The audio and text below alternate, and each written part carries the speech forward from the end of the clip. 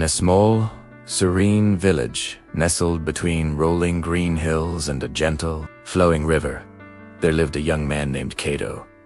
From the moment he could walk and talk, Kato possessed a heart brimming with kindness and a desperate need to please everyone around him. If a neighbor needed help mending a fence, Kato would be there, hammer in, and even if his own chores were left undone. If a friend expressed a desire for a rare flower that grew atop the highest mountain, Kato would embark on the perilous journey, his own well-being an afterthought. He measured his worth not by his own happiness, but by the smiles and praises he received from others. His life was a canvas, but he had handed the brush to everyone else, allowing them to paint their desires and expectations onto his soul. The villagers adored Kato for his selflessness. "What a wonderful young man," they would say. "He always puts others first." Yet, beneath the surface of their admiration, a quiet storm was brewing within Kato. Every yes to someone else felt like a no to himself. The constant effort to meet everyone's expectations was like carrying a mountain on his shoulders, a weight that grew heavier with each passing day. He felt drained, fragmented, and lost. His own dreams, once bright and vibrant, had faded into muted, forgotten colors in the background of his life's painting. He was a stranger in his own story, a supporting character in a narrative that was supposed to be his own. The smiles he received no longer brought him joy. They were simply reminders of the pieces of himself he had given away. One evening, as the sun bled orange and purple across the sky, Kato felt the weight become unbearable. He sought refuge under the ancient willow tree by the riverbank, a place where he often went to seek solace. He watched the river flow, endlessly giving itself to the sea, yet always remaining full. "How can it give so much and never run empty?" he whispered to the wind. Just as this thought crossed his mind, an old man with a gentle face and eyes that held the wisdom of 1,000 rivers approached him. It was Master Kenji, the village's revered Zen master. He had been observing Kato for some time, noticing the dimming light in the young man's eyes. Master Kenji sat beside Kato, his presence as calming as the gentle lapping of the water. "The river you admire," the master began, his voice soft yet clear, "does not struggle or strain. It does not ask the rocks to move or the banks to widen. It simply flows, following its own path. It nourishes the land not by trying to be something it is not, but by being true to its own nature. Tell me, young Kato, are you flowing like the river, or are you trying to carve a path that others have chosen for you?" Kato's eyes welled with tears. For the first time, someone saw not his actions, but the struggle behind them.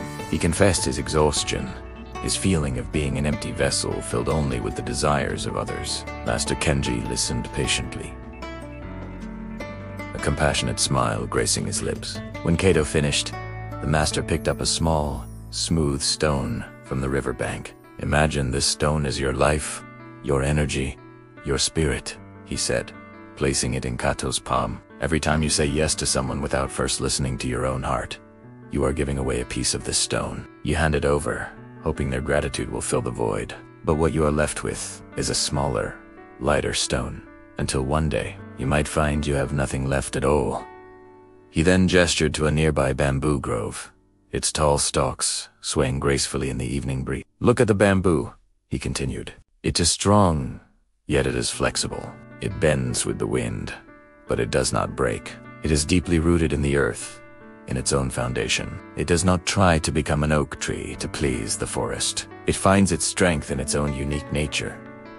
Kato looked from the stone in his hand to the swaying bamboo, the master's words echoing in his mind. "But master," he asked, his voice trembling slightly, "if I stop living for others, won't they see me as selfish? I fear their disappointment. I fear being alone." Master Kenji nodded understandingly.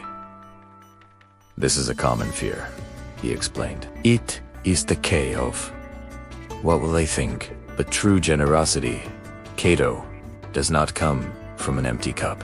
You cannot pour for others if your own vessel is dry. To fill your cup, you must first honor your own needs, your own dreams, your own path. This is not selfishness. It is self-preservation. It is the foundation from which all genuine kindness flows." The master then proposed a challenge. For the next month, he said. I want you to practice the sacred pause before you agree to any requests, before you change your plans for someone else. Pause. Take a deep breath. Turn your attention inward and ask your heart. Is this truly what I want to do?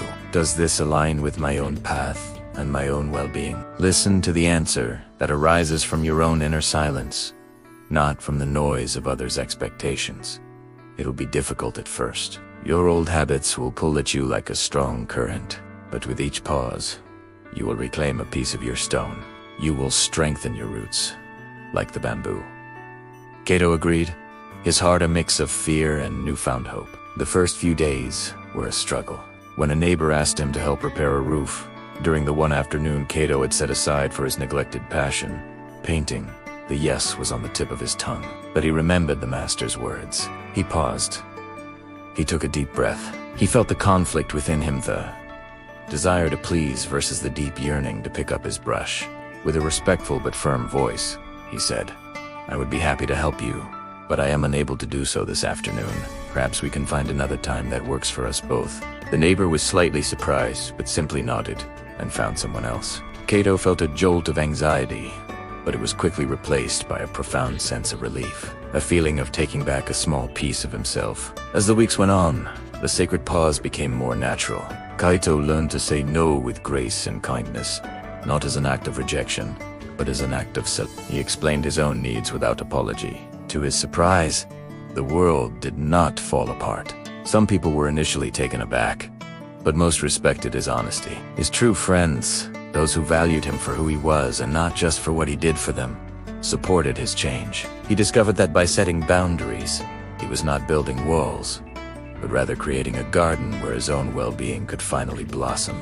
He spent his afternoons painting, and his canvases, once filled with muted tones, exploded with the vibrant colors of his rediscovered soul. He started living his life with intention. He still helped his neighbors and friends, but he did so from a place of genuine desire and abundant energy, not from a sense of obligation or a desperate need for approval. His acts of kindness became more meaningful because they were now a choice, an offering from a full cup, not a sacrifice from an empty one. He learned that the greatest gift he could give to the world was not a diluted version of himself, but his whole, authentic, and vibrant self. His presence became more powerful, his smile more genuine, and his advice more sought after, for he now spoke from a place of inner wisdom and peace. 1 month later, Kaito returned to the ancient willow tree to meet Master Kenji.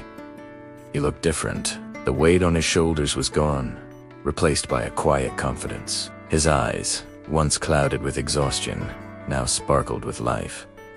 He bowed deeply to the old master. Thank you, he said, his voice filled with gratitude. I was living like a shadow, and you taught me to find my own light. Master Kenji smiled, his eyes twinkling. The light was always there, Kaito, he replied. You just needed to give yourself permission to shine. Remember the lesson of the bamboo and the river. Be rooted in your own truth and flow with your own purpose. You do not exist to be a reflection of others' desires. You exist to be the fullest, most beautiful expression of yourself. That is your true purpose and your greatest gift to the world. Kaito looked out at the river, which shimmered under the midday sun. For the first time, he didn't just see a body of water. He saw a reflection of his own journey, a journey of returning to himself, of learning to flow with the beautiful, powerful current of his own authentic life.